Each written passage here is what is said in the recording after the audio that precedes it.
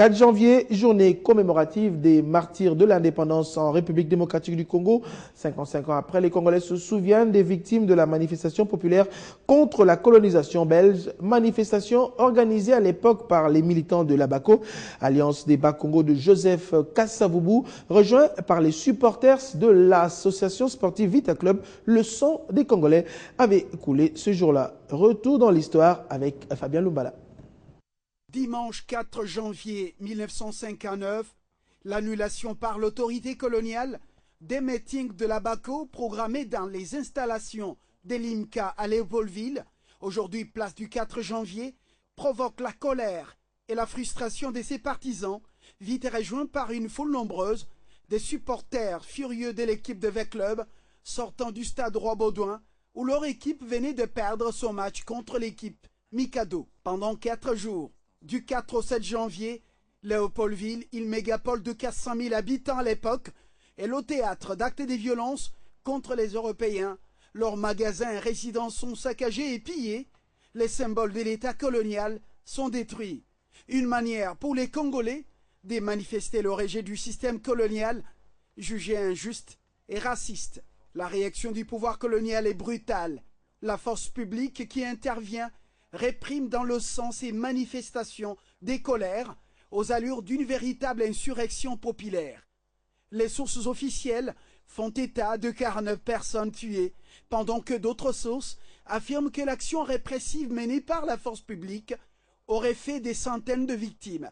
Joseph Kasavubu, le président de l'Abaco, est arrêté le 12 janvier 1959.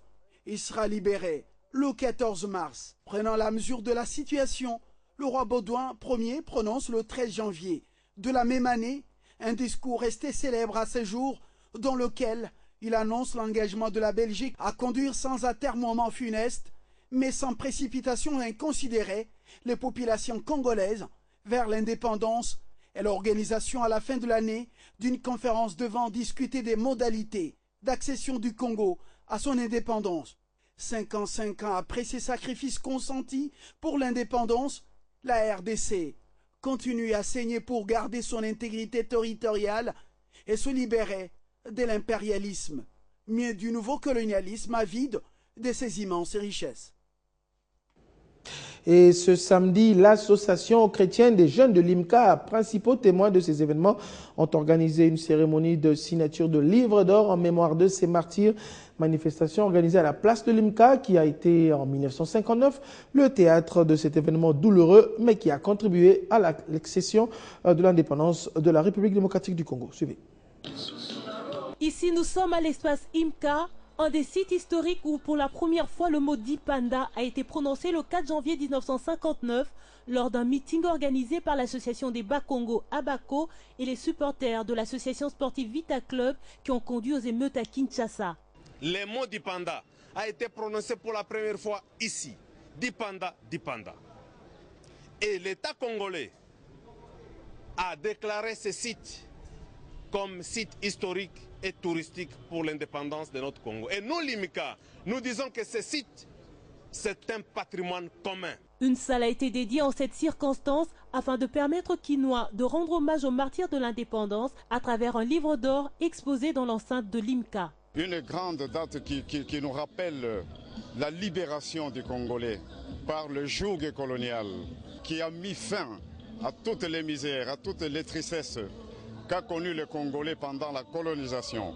Au-delà de ces aspects festifs, le secrétaire général de ce site appelle à l'implication du gouvernement et au peuple congolais afin de pérenniser cette date importante, prémisse de l'indépendance du Congo. Je dirais que lorsque les choses ne vont pas dans le pays, il faudrait faire part de cela, mais de manière démocratique, de manière républicaine.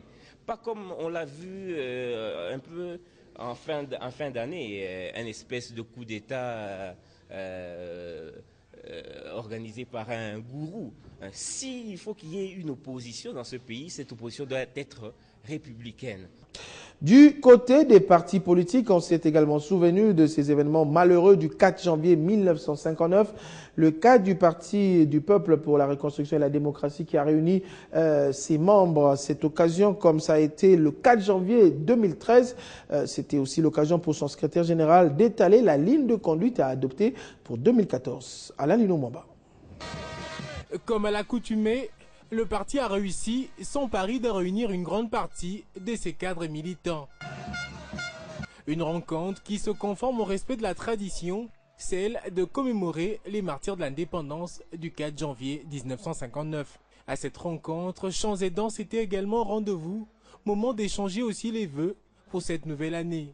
Le PPRD soutient sans réserve le chef de l'État, le camarade Joseph Kabila, pour sa bravoure et sa vision d'un Congo uni, fort et prospère. Ainsi, en sa qualité de secrétaire général du parti, Évariste Beauchap, qui a prêché l'humilité dans le parti, a rappelé la valeur accordée à l'alternance des responsabilités et a mis un accent particulier sur les prochaines élections locales prévues en 2014. Un message bien capté par ses camarades qui retiennent le point sur la journée du 4 janvier et les priorités de la nouvelle année. D'abord, c'est le début de l'année, donc il faut se donner d'autres objectifs pour la nouvelle année, pour le renforcement du parti, voir ce qui a été fait et ce qui n'a pas été fait.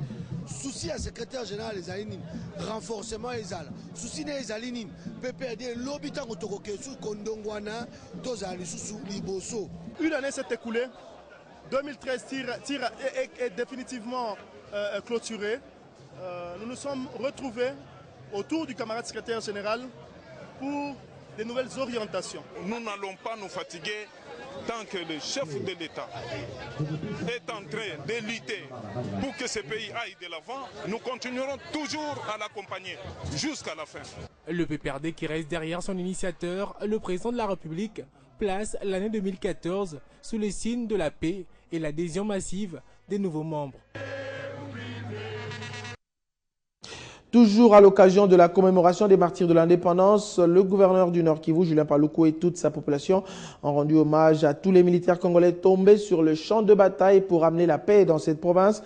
Lors d'une messe d'action de grâce célébrée ce samedi 4 janvier à Goma, l'autorité provinciale a notamment fait allusion au colonel Mamadou Ndala, tué jeudi dernier à Beni lors d'une embuscade tendue par des hommes armés.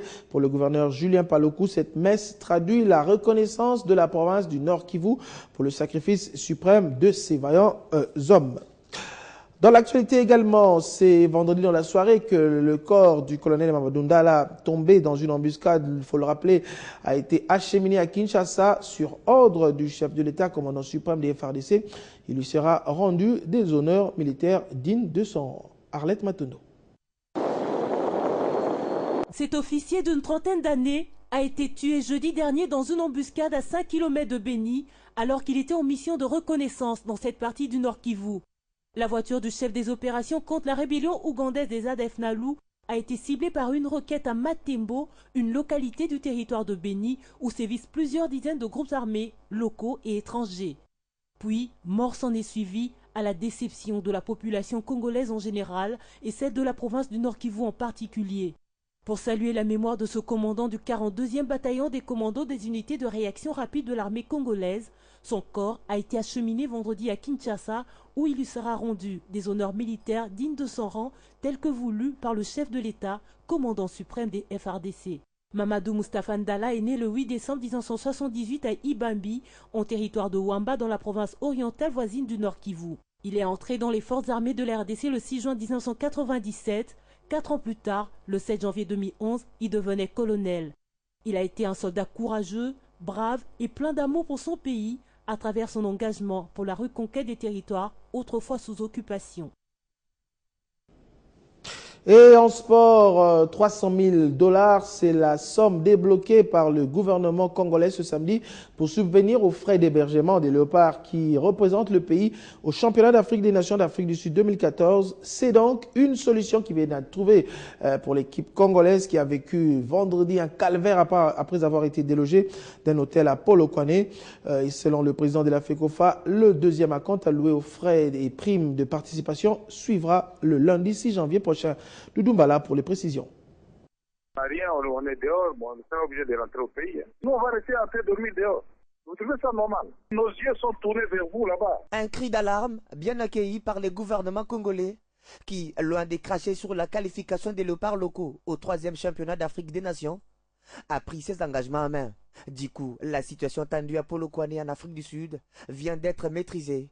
Une somme importante de 300 000 $ américains a été débloquée ce samedi via la Banque centrale du Congo et directement affectée à la préparation de l'équipe congolaise.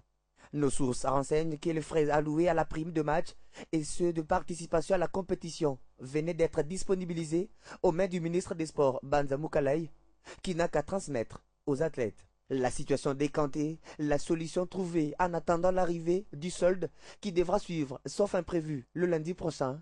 Pour l'heure, les poulains de Santos Moutoubile doivent se concentrer sur la compétition et rien que la compétition. Rappelons que dans la même situation en 2009, les léopards de la RDC sont parvenus à redonner du sourire au peuple congolais.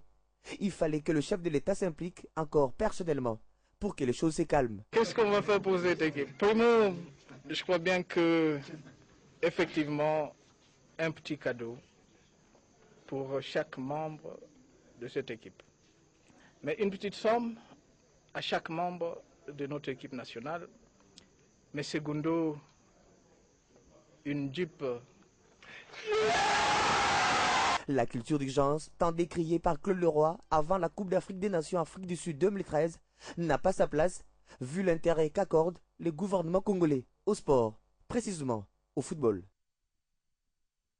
On va terminer avec ce communiqué de la Commission électorale nationale indépendante, CENI, qui rappelle à tous les mandataires des partis politiques accrédités que la prochaine réunion du comité de liaison entre la CENI et les partis politiques régulièrement enregistrés est confirmée pour ce mercredi 8 janvier 2014 à 9h précise dans la salle de spectacle du Palais du Peuple. À cet effet, chaque mandataire accrédité est prié de se procurer le projet de code de bonne conduite à la maison des élections située à l'immeuble ex-Kin Mazière dans la commune de la Gombe. Mardi 7 janvier 2014 de 9 à 17h. La CENI rappelle que cette réunion du comité de liaison sera essentiellement consacrée à l'examen et à l'adoption du dit projet. Le communiqué signé Jean-Pierre Kalamba Moulumba Ngalola, le rapporteur de la CENI. Voilà, vous étiez nombreux à suivre ce journal. Merci de votre fidélité. La revue de presse, c'est juste après.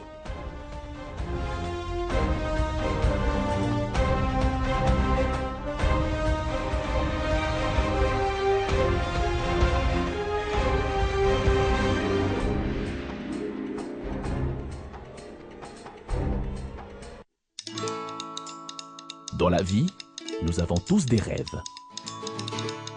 objectifs et aspirations. Vos projets d'avenir ainsi que ceux qui vous sont chers dépendent des choix que vous effectuez aujourd'hui. C'est pourquoi la Raobank a créé Renaissance, le nouveau compte d'épargne qui vous propose un meilleur taux rémunérateur à court et à moyen terme.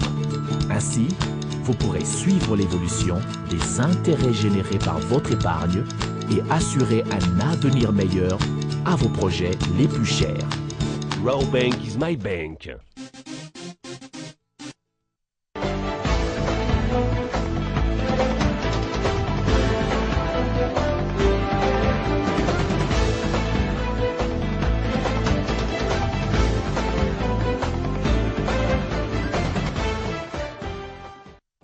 Article, point de vue des sites d'information locaux et internationaux. Là,